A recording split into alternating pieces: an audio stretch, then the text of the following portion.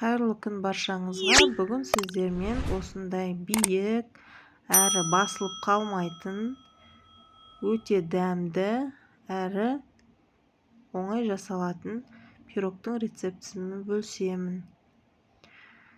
Ең алдымен біз жұмыртқамыз бен қантымызды 2 есе көтерілгенше миксерлеп аламыз. Міне басында сарғыш болды.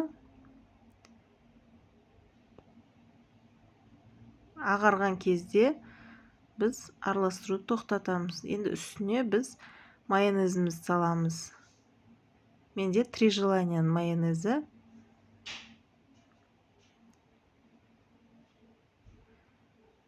Үшеуін жақсылап араластырамыз. Қолмен араластырсақ та болады, миксермен араластырсақ та болады.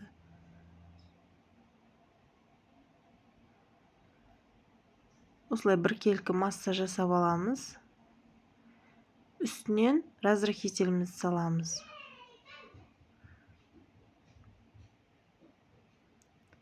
Араластырамыз. Ұнымызды бірден салмаймыз. Шет-шетінен салып отырып араластырамыз. Ұнды қолданған кезде описанияға граммын жазып кетемін. Бірақ сіздер өздеріңіз сәл қою болғанға дейін ұн қосасыздар.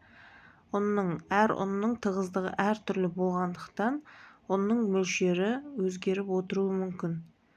Және жұмыртқаға да байланысты болып келеді.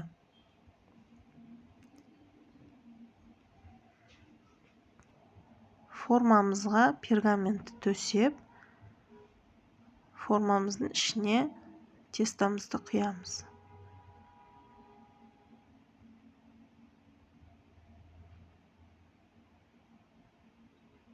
Тестамыз не қою, не сұйық болып кетпеуі қажет. Осындай мөлшерде жасайсыздар.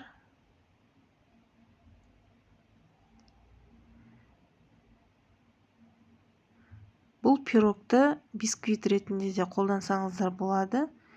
Міне осылай таяқшаның көмегімен біз жүргізіп өттік.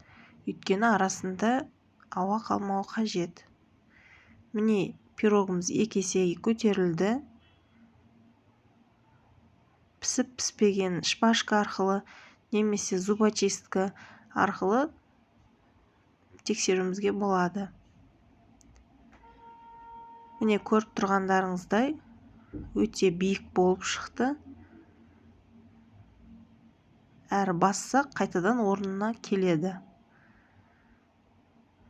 Өздеріңіздің қалауларыңыз бойынша неше түрлі ғып сәндеулеріңізге болады. Мен сахарный пудра септім.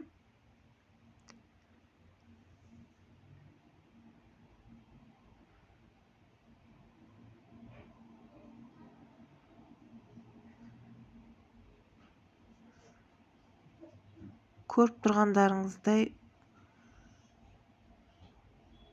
өте биік әрі ортасы басылып қалмаған пирог болып шықты. Егер менің арнам ұнап жатса, сіздерге маған тіркеліп, лайк, комментарий жазуды ұмытпаңыздар. Сіздермен болған Айдана. Көріскенше.